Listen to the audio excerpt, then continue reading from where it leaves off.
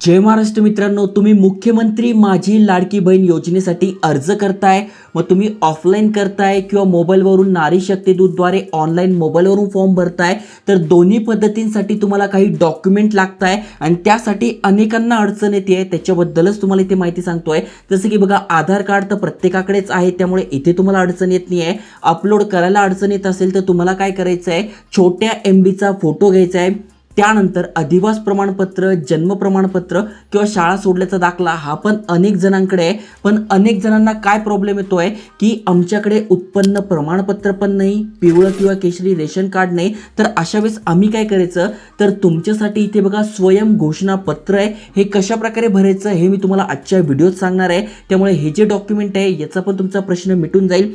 त्यानंतर पुढचं जे डॉक्युमेंट आहे ते आहे अर्जदाराचं हमीपत्र. आता हे कसं भरायचं, अनेक जणांना अडचण येते, अनेक जणांच्या कमेंट्स आहे, तर ते पण मी तुम्हाला सांगतोय. अगदी सोपं आहे. इथे बघा, अर्जदाराचं हमीपत्र हे पण मी तुम्हाला भरून दाखवणार आहे. ही जी अडचण आहे तुमची ही पण तुमची सॉल्व्ह होणार आहे. म्हणजे आधार कार्ड पण आपल्याकडे आहे, जन्म दाखला किंवा शाळा सोडल्याचा दाखला पण आपल्याकडे आहे. त्याच्यानंतर आपण आपल्याकडे उत्पन्नाचं प्रमाणपत्र नाही येतं, स्वयं घोषणापत्र देतोय, अर्जदाराचं हमीपत्र देतोय, बँकेचं पासबुक प्रत्येकाकडे आहे. जॉईंट अकाउंट देऊ नका, स्वतःचं पर्सनल जे पण महिलेच्या नावाने अकाउंट आहे तेच तुम्हाला द्यायचं आहे. नसेल तर काढून घ्या.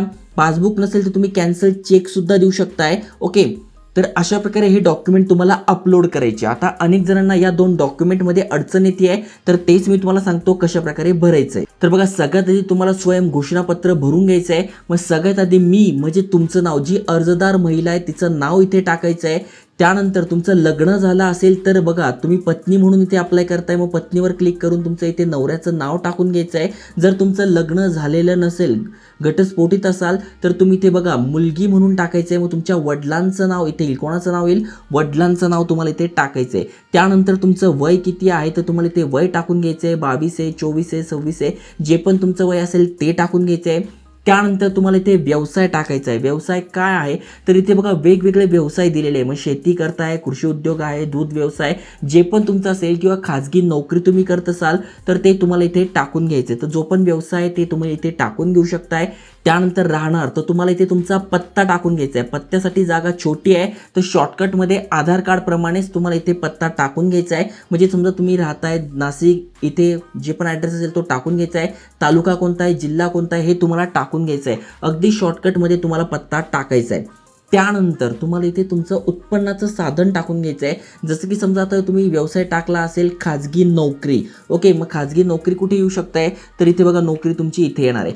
किंवा तुम्ही शेती रिलेटेड बिझनेस टाकला आहे, शेती तुमच्याकडे आहे, तर तुम्हाला काय करायचं आहे तर शेती यावर क्लिक करायचं आहे. मग 2022-23 मध्ये किती उत्पन्न होतं, 2023-24 मध्ये किती होतं, 24-25 मध्ये किती होतं हे तुम्हाला इथे टाकून घ्यायचं आहे. तो आकडा टाकायचा आहे. आता समजा तुम्ही अन्य मजुरी टाकताय, ओके, म्हणजे कुठे काय काम करताय, शिवणकाम वगैरे करताय तुम्ही, तर तुम्ही टाकू शकताय. समजा तुम्ही महिन्याला 15,000 रुपये प्रति महिना कमवत असाल तर वर्षाचे होणार आहे 1,80,000. त्यामुळे तुम्हाला 1,80,000, मग तुम्ही इथे 2 लाख टाकू शकताय, इथे 2,20,000 टाकू शकताय. म्हणजे तुमची जी वार्षिक इन्कम आहे ती 2.5 लाख रुपयांपेक्षा कमी दाखवायची आहे. मग तुम्ही यापैकी काहीही करत असाल, नोकरी असाल, सेवानिवृत्त असाल, किंवा तुम्हाला काही मानधन मिळत आहे, किंवा अन्न उत्पन्नाचे साधन तुमच्याकडे आहे, तुम्ही गृहिणी वगैरे असाल तरी टाकू शकताय. पण तुमची काहीतरी इन्कम असेल ती तुम्हाला ते टाकून घ्यायची आहे 2.5 लाखांपेक्षा कमी. मग तिन्ही याचे तुम्ही कुठे 1,80,000 टाकू शकताय, 2 लाख टाकू शकताय, 2,20,000 रुपये टाकू शकताय. अशा प्रकारे तुम्हाला तिन्ही वर्षाचं उत्पन्न टाकून घ्यायचं आहे. त्यानंतर उत्पन्नाचे साधन याबद्दल तुम्हाला थोडक्यात माहिती द्यायची. मग कशा प्रकारे तुम्हाला उत्पन्न होतं, काय होतं, समजा तुम्ही शिवणकाम करताय, मग त्या रिलेटेड तुम्ही टाकू शकताय. किंवा तुम्ही मेडिकल दुकानात कामाला आहे, किराणा दुकानात कामाला आहे, तर त्या प्रकारे तुम्ही इथे माहिती टाकू शकताय. तुमची जी इन्कम आहे 15,000 रुपये महिना किंवा 18,000 रुपये महिन्याप्रमाणे तुम्हाला कॅल्क्युलेट करायची आहे. जेणेकरून 2.5 लाख रुपयांपेक्षा जर तुमचं उत्पन्न कमी आहे तरच तुम्हाला या योजनेचा फायदा मिळणार आहे. ओके, त्यानंतर तुम्हाला इथे तुमचा पासपोर्ट साईज फोटो टाकून घ्यायचा आहे. लेटेस्ट फोटो तुम्ही इथे अपलोड करा. त्यानंतर पुन्हा इथे तुम्हाला तुमचं नाव, वरती तुम्ही वडिलांचं नाव टाकलंय किंवा नवऱ्याचं नाव टाकलंय ते तुम्हाला इथे टाकून घ्यायचंय. त्याच्यानंतर पत्नी आहात, मुलगी आहात ते तुम्हाला इथे टाकून घ्यायचंय. आधार क्रमांक टाकून घ्यायचा आहे. वय तुमचं काय ते टाकून घ्यायचं आहे. व्यवसाय जो वरती टाकलाय तोच, म्हणजे खाजगी नोकरी आहे, शेती आहे, जे असेल ते टाकून घ्यायचं आहे. पुन्हा पत्ता, तालुका, जिल्हा टाकून घ्यायचा आहे.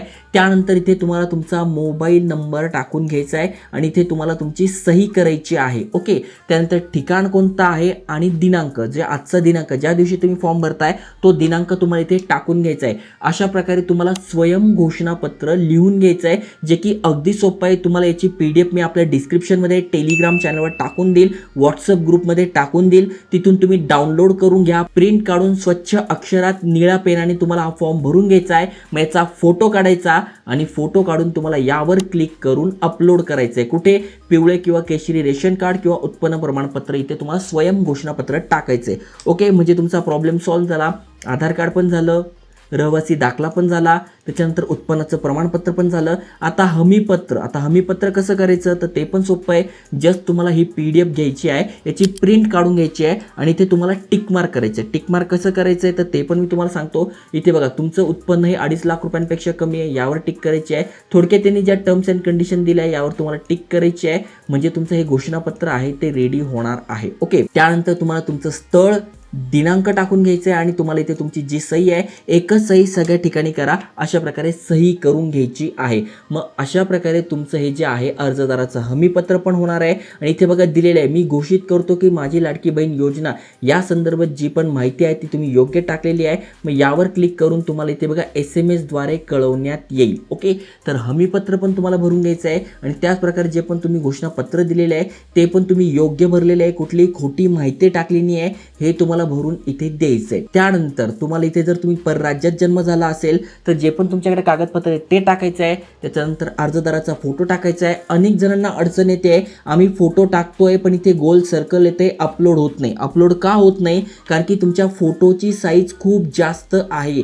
फोटोची साईज कमी करा. गुगलवर तुम्ही शोधा की फोटो रिड्युसर ॲप, मग तुम्हाला ती वेबसाईट दिसून जाईल. त्यावरून फोटोची साईज कमी करा आणि अपलोड करा. त्यानंतर यावर टिक मार्क करायचं आणि माहिती जतन करून तुम्ही फॉर्म भरू शकताय. यावर ऑलरेडी व्हिडिओ टाकलाय, पूर्ण फॉर्म तुम्हाला भरून दाखवलाय. मग अशा प्रकारे तुम्ही ऑनलाईन फॉर्म भरू शकताय. आणि जर ऑफलाईन तुम्ही फॉर्म भरलेला आहे तर हा सगळा फॉर्म तुम्हाला भरून घ्यायचा आहे. आणि डॉक्युमेंटमध्ये तुम्ही आपल्या इथे काय काय जोडलेलं आहे तर इथे आपण आधार कार्ड जोडलेलं आहे. ओके, त्याच्यानंतर शाळा सोडल्याचा दाखला दिला असेल तर त्यावर क्लिक करून हे जोडलेलं आहे. उत्पन्नाचं प्रमाणपत्र नव्हतं म्हणून आपण काय दिले? स्वयं घोषणापत्र दिले. अर्जदाराचं हमीपत्र दिले. बँकेचं पासबुक दिले. पासबुक नाही तर कॅन्सल चेक दिलेलं आहे. ओके, त्यानंतर अर्जदाराचा फोटो अपलोड केलेला आहे. तर अशा प्रकारे हे डॉक्युमेंट आम्ही अपलोड केलेले आहे. अशा प्रकारे तुम्ही जी पण अंगणवाडी आहे तिथे जाऊन ऑफलाईन फॉर्म भरू शकता. कारण की अनेक जणांना ऑनलाईन फॉर्म भरायला अडचण येते आहे. तर ऑफलाईन भरा आणि ऑनलाईन भरता येत असेल तर ऑनलाईन भरा. सगळी माहिती दिली आहे डिस्क्रिप्शनमध्ये. आपल्या आयकॉनिक मराठी टेलिग्राम चॅनलवर, व्हॉट्सअप चॅनलवर, इंस्टाग्राम चॅनलवर सगळी माहिती तुम्हाला दिसून जाईल. आणि आपल्या चॅनलवर आपण ऑलरेडी जे रेशन कार्ड आहे किंवा इथे बघा महिलांसाठी लोनच्या योजना झाल्या, पिंक ई-रिक्षा योजना झाले, असे भरपूर सारे व्हिडिओ टाकले. तुम्ही हे पण बघू शकताय, अप्लाय करू शकताय. जय हिंद, जय महाराष्ट्र.